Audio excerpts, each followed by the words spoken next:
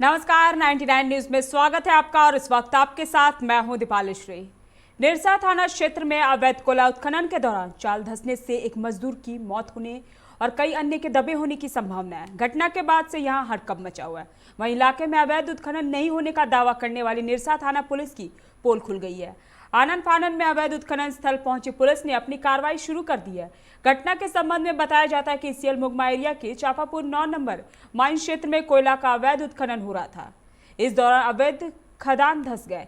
घटना के बाद यहां अफरा तफरी का माहौल उत्पन्न हो गया। अवैध खनन करने वाले इधर उधर भागने लगे। इस बीच कईयों के चप्पल, गमछा और अन्य सामान छूट गए। घटनास्थल पर 500 बोरा कोयला भी मिला है। इस तरह का हमको तो कोई बताया नहीं, इस तरह का बात। हमें यहीं थाना से ही सूचना मिला था कि इस तरह का बात चल रही है। एक मीडिया भाई भी फ़ोन किए थे, हमको याद नहीं आ रहा है। तो यहाँ जो भी हमारा संपर्क था सभी से हम बात कर रहे थे और भी घटना हो गया था, वहाँ हम गए हुए थे। इस समय निकाल के इधर भी हम आए हुए हैं। अभी पूछताछ कर रहे हैं, लोगों से पता कर रहे हैं और जहाँ पर कुछ इलीगल माइनिंग होता है उधर भी अभी जाके हम देखेंगे, लोगों से पूछताछ करेंगे। अभी तक ऐसा कुछ पता नहीं चल पाया है। घटना की पुष्टि अभी तक कुछ नहीं हो पाई ना? नहीं, ऐसा कोई पता नहीं चला है, कोई साक्ष्य नहीं मिला है। धनबाद के ADM law and order Chandan Kumar ने धनबाद झरिया की जोरा पोखर में मां अंबे पीडीएस दुकान और मां अंबे चक्का आटा का औचक निरीक्षण किया। दोनों युवकों की कागजातों की जांच पड़ताल के बाद उन्होंने कहा कि उनके सूचना मिली थी कि मां अंबे पीडीएस दुकान के नाम से मां अंबे आटा चक्की भी चल रही है, जिसके बाद उसके ऊपर कार्रवाई की गई। पीडीएस दुकान में 36 बोरा चावल थी जो नवंबर माह का है। मां अंबे आटा चक्की दुकान का जांच पड़ताल किया गया तो दुकान में 110 बोरी गेहूं थी जिसका कागजात नहीं पाया गया।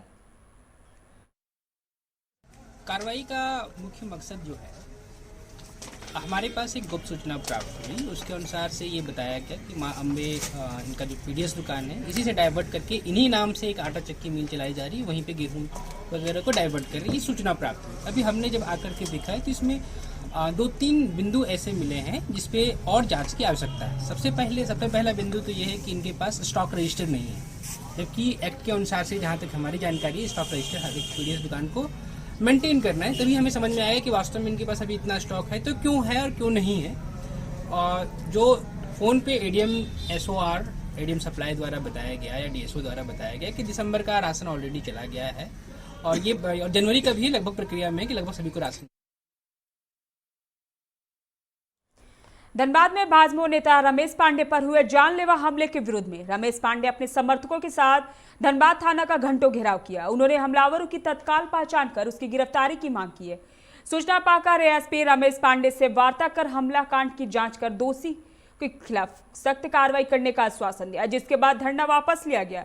रमेश पांडे ने कहा कि पिछले कुछ महीनों से लगातार हमलावर उनकी रैकी करते आ रहे हैं, उन्हें अपनी जान का खतरा है। पूर्व में भी इस पूरे मामले से पुलिस प्रशासन को अवगत करा चुके हैं।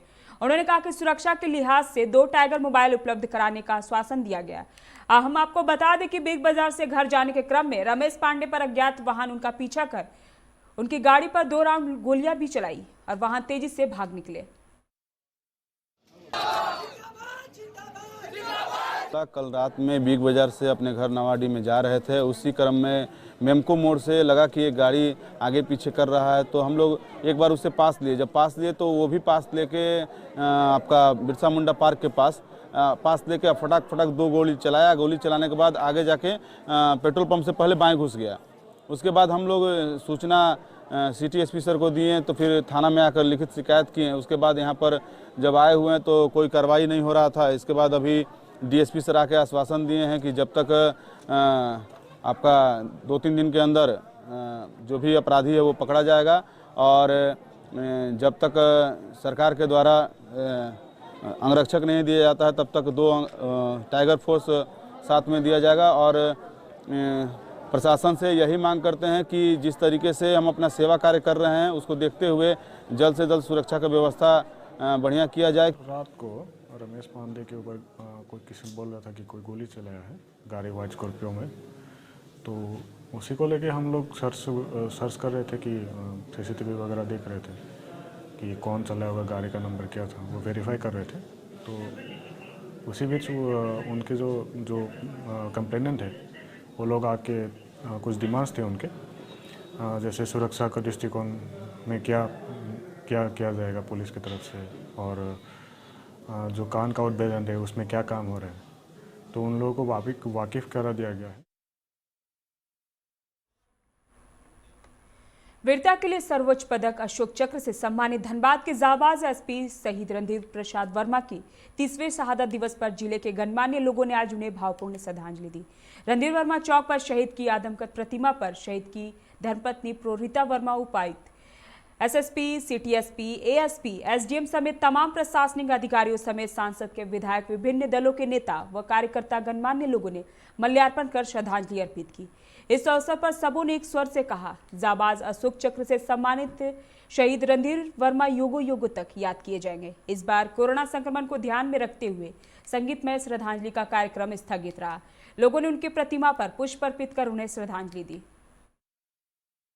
हमें अपने प्राण न्यौछावर करने के लिए हमेशा तैयार रहना चाहिए, चाहे इसका कोई भी मूल्य क्यों न चुकाना पड़े। मुझे मालूम है क्योंकि परिवार को मूल्य चुकाना पड़ता है, लेकिन देश सबसे बढ़कर है, देश सबसे ऊपर है। देखिए, रणधीर वर्मा जी की शहादत को हम सिर्फ माल्यार्पण करके नहीं आंक सकते हैं। और उन्होंने जो धनबाद के लिए किया, उन्होंने जो झारखंड के लिए किया, वह अद्वितीय है।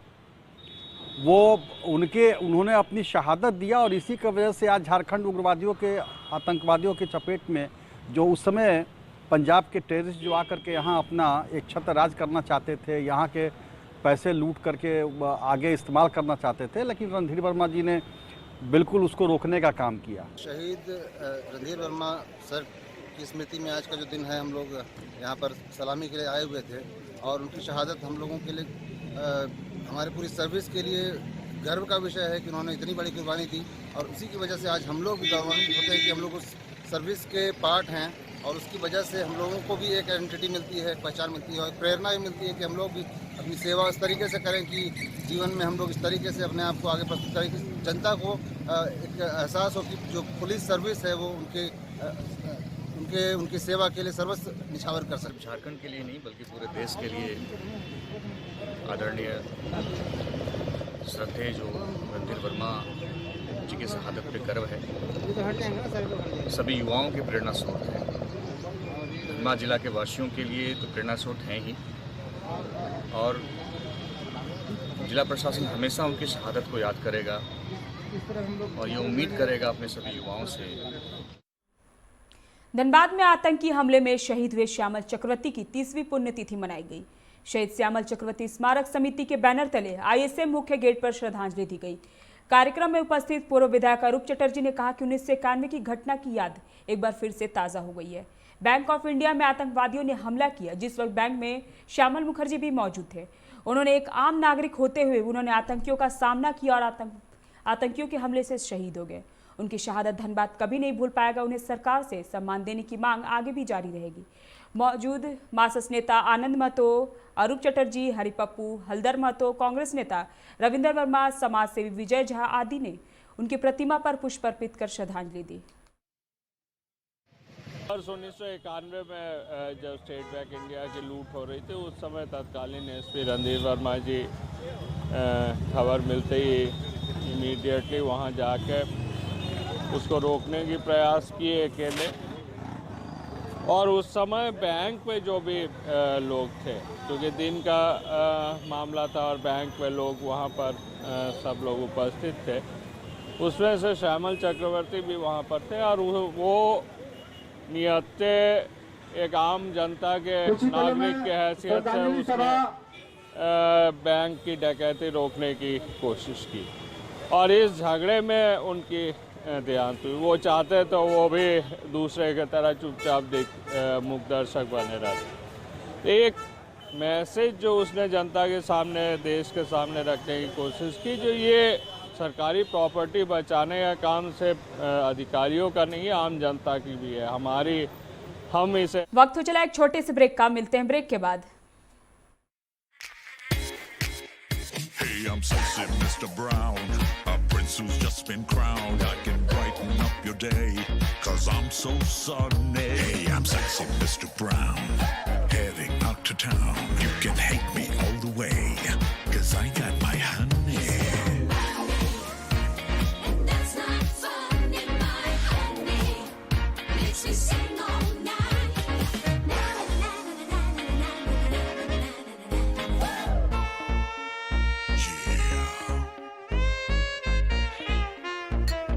Sexy Mr. Brown. Your wait for sheer extravagance is over. Presenting Kia Carnival. Bookings open. जब अपने घर के लिए सही दरवाजे चुनने की बात हो तो चुनिए सिर्फ टाटा प्रवेश के दरवाजे, जो लकड़ी के दरवाजों से कई गुना हैं बेहतर। टाटा प्रवेश के दरवाजों में है स्टील की मजबूती और लकड़ी की खूबसूरती। टाटा प्रवेश के दरवाजे फ्रेम और एक्सेसरीज के साथ फैक्ट्री में तैयार किए जाते हैं। लकड़ी के दरवाजे बनाने के लिए बहुत से लोगों से संपर्क करना पड़ता है, जो कि इस समय नुकसानदायक हो सकता है। लकड़ी के दरवाजों को लगाने में 8 चरणों से गुजरना और 6 प्रकार के लोगों के संपर्क में आना होता है, जबकि टाटा प्रवेश के दरवाजों का इंस्टॉलेशन केवल 2 चरणों में हो जाता है। बस अपना दरवाजा चुनें, उसका आकार नापें और नो टच डिलीवरी पाएं। इसे हमारी प्रशिक्षित इंस्टॉलेशन टीम द्वारा लगाया जाता है, जो सैनिटाइजेशन प्रोटोकॉल्स का ख्याल रखती है। टाटा प्रवेश के दरवाजे लकड़ी के दरवाजों से कई गुना मजबूत होते हैं और आपके परिवार को सुरक्षित रखते हैं। स्टील के बने होने के कारण इन दरवाजों में स्वाभाविक रूप से न तो दीमक लगता है और न ही इनमें आग पकड़ने का डर होता है। टाटा प्रवेश के दरवाजे मेंटेनेंस फ्री और वेदर प्रूफ होते हैं। सामान्य लकड़ी के दरवाजों की तरह ये न तो सिकुड़ते फैलते हैं और न ही इनमें दरार आती है। लकड़ी के दरवाजों की गुणवत्ता और उनका टिकाऊपन प्रमाणित नहीं होता, जबकि टाटा प्रवेश के दरवाजे उम्दा फिनिश, कई डिजाइन के और 5 वर्षों की वारंटी के साथ आते हैं। एक बात और, लकड़ी के दरवाजों के लिए जंगलों की कटाई होती है, वहीं दूसरी ओर टाटा प्रवेश के दरवाजे पेड़ों को कटने से बचाते हैं तथा ये 100% रिसाइक्लेबल होते हैं। अब ये आप पर है कि आप अपने घर में कौन सा दरवाजा लगाना चाहते हैं। बेस्ट चुनिए, टाटा प्रवेश के दरवाजों और खिड़कियों को चुनिए।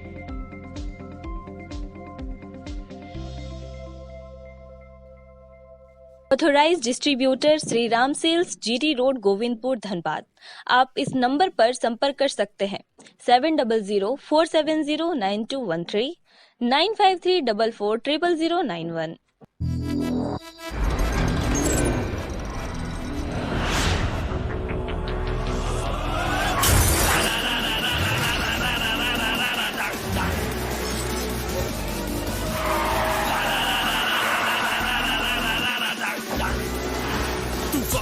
Mania flow the room, I go into your soul. Can you catch me? No. Can you match me? No. Make mujhe I'll run the roads.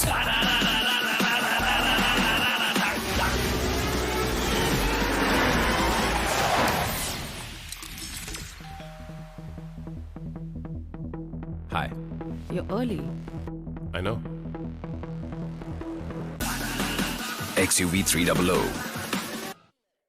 Authorised dealer model fuels, Dhanbad, Bokaro, Giridih. आप इस नंबर पर संपर्क कर सकते हैं 8929207235, 8929207236, 9711355896। जय टीएमटी, भरोसा अटूट एवं सुरक्षित निर्माण का।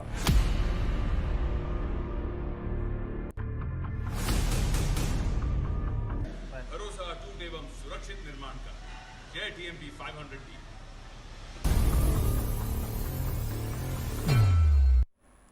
ब्रेक के बाद आपका स्वागत है। बढ़ते हैं अगली खबर की ओर। झरिया के बोरागढ़ ओपी क्षेत्र के सरगुजा बस्ती निवासी कार्तिक बावरी ने बोरागढ़ ओपी प्रभारी पर आरोप लगाते हुए कहा कि मेरा भाई भोक्ता बावरी 30 दिसंबर की रात से ही गाड़ी लेकर लापता है, जिसकी गुमशुदगी की शिकायत बोरागढ़ ओपी में 1 जनवरी को ही की गई, लेकिन बोरागढ़ ने कोई कार्रवाई नहीं की। हैरानी की बात तो यह है कि जिस युवक की गुमशुदगी की शिकायत बोरागढ़ ओपी में की गई है, उनका मोटरसाइकिल बोरागढ़ थाना में ही जब्त है। बावजूद इसके पुलिस लापता युवक के परिजनों को इस संबंध में कोई जानकारी नहीं दी। इससे बोरागढ़ पुलिस की लापरवाही साफ दिख रही है। बताया जा रहा है कि कार्तिक बावरी 30 दिसंबर को बाइक लेकर घर से निकला था, लेकिन उसके बाइक से किसी अन्य बाइक में टक्कर हो गई, जिसके बाद पुलिस कार्तिक बावरी के भाई को भाई की बाइक को जब्त कर थाने लाई, जहां उनसे 2000 रुपए की फाइन की गई, पर उनके पास फाइन भरने का पैसा नहीं होने के कारण अवसाद में युवक घर नहीं जाकर अपने एक रिश्तेदार के यहां बंगाल चला गया था। इधर परिजन परेशान थे और पुलिस भी इस मामले में गंभीर नहीं दिखी। मेरे साथ हुए, हम अपने बाइक से जा रहे हैं, उस वक्त कोई आदमी हमको टकरा गया, तो जाते जाते आधा रास्ता में हमको रोक लिया और चाबी छीन ली। कहाँ पे? वो बोला किसके द्वारा ऐसी हरकत की गई थी आपके साथ? ये एक लड़का था जिसको हम पहचानते हैं, वो हमको नाम बताओ। तो मुख्तार का लड़का है। कहाँ रहता है मुख्तार? वो कपड़े का।